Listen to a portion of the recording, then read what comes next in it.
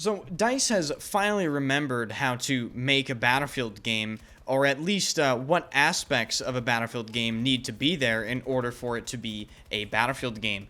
I am, of course, referring to them adding a class system back into Battlefield 2042 on Season 3, which is, of course, far away, but I do think it's probably the biggest thing that we've heard about Battlefield 2042, even over Season 2, in my opinion, because the class system really does add a semblance of order back into the game that was not present and will not be present until Season 3 drops. The order I'm talking about is, of course, just the game readability, because what the class system did is it allowed people to know, hey, that guy's assault, he has anti-tank, I should kill him. Or, look at that, he's a support player, wow, I should ask him for ammo. And right now, with the way specialists are set up in Battlefield 2042, that is simply not present. A perfect example, if you play in a tank or really any vehicle in Battlefield 2042, you don't know who to focus because everyone can have anti-tank. You don't know who has a recoilless. You don't know who can have C5. But with the gadget restrictions they're introducing in Season 3, you can now make informed decisions as to who you want to kill, and I can't believe I'm even really commentating on this because this was already in previous Battlefield games. And it was one of those things that was always there, so you didn't realize really that you really enjoyed it until it was gone. And as always, if you enjoyed the content, be sure to hit the like button and subscribe to the channel. We're really close to 30,000 subs, and that is a very surreal sentence to be speaking, considering that I only really started taking YouTube about a year and a half to maybe 2 years ago now, and I didn't think I would stick with it as much as I've stuck with it, but I really enjoy it. I really enjoy reading all the comments, and yes, even though I don't heart all the comments, I do read them. So thank you guys so much for hitting 30,000 subs, and there will be a 30,000 sub special probably a little after. But let's actually get into the classes and just how DICE envisions they'll be set up. They actually kind of disclaimer this in saying that, oh, it's subject to change. And that might have something to do with the fact that they actually opened up the specialist feedback loop. If you didn't know that, now you do. I will link it in the description down below if you want to take part in that. But the classes that are subject to change are currently Assault with McKay, Sundance, and Dozer, Support with Angel and Falk, the Engineer with Liss, Boris, and Irish, and Recon with Casper, Pike, and Rao.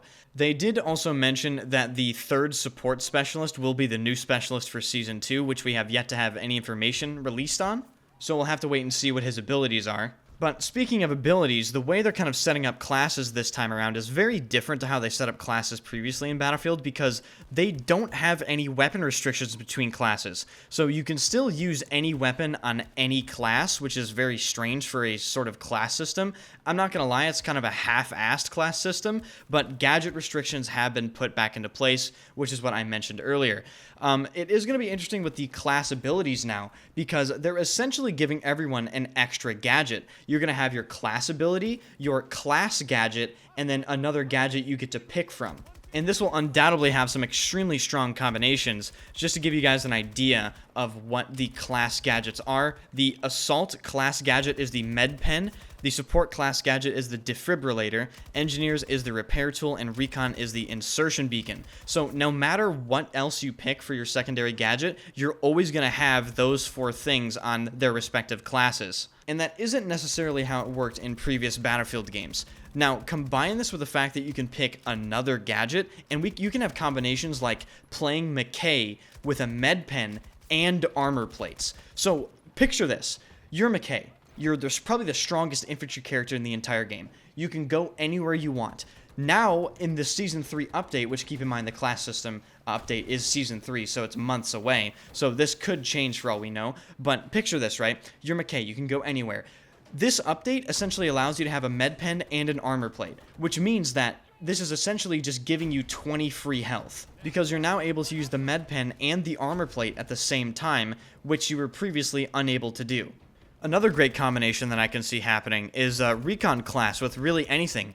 Just because you have a spawn beacon, which I would consider to be very powerful in Battlefield 2042, you can have a spawn beacon and C5, or a spawn beacon and a tugs or a proxy sensor. And one of my favorite combinations is playing the support class as Falc. You get a defibrillator, and because you're Falc, you get unlimited heals, and then you can equip the ammo crate. So you basically have the ability to revive your teammates, unlimited health, and the ability to heal people, and the ability to resupply people with ammo. So while the class system is kind of being introduced back into 2042, kinda, sorta, but not really, it's just that. It's not really how classes were in previous Battlefield games, but it does increase the gameplay's predictability. You know what to expect gadget-wise from certain specialists now, and you weren't able to do that previously.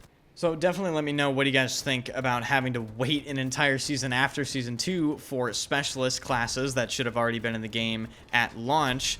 What do you think about their implementation of specialist classes in this game? Do you think that they need to change up the assigned roles for these specialists? I know that Pike being in Recon was a little controversial for some people. Do you think that's okay? Let me know your thoughts in the comment section down below. I've been Enders. If you enjoyed the video, hit the like button and subscribe to the channel. I stream on Twitch every single day of my life, and I will absolutely be playing Modern Warfare 2 and the new Gundam Evolution that will hopefully be announced soon, both on my Twitch channel and in YouTube videos. So thank you guys so much for watching. Twitch link is first in the description, and I'll see you guys in the next one.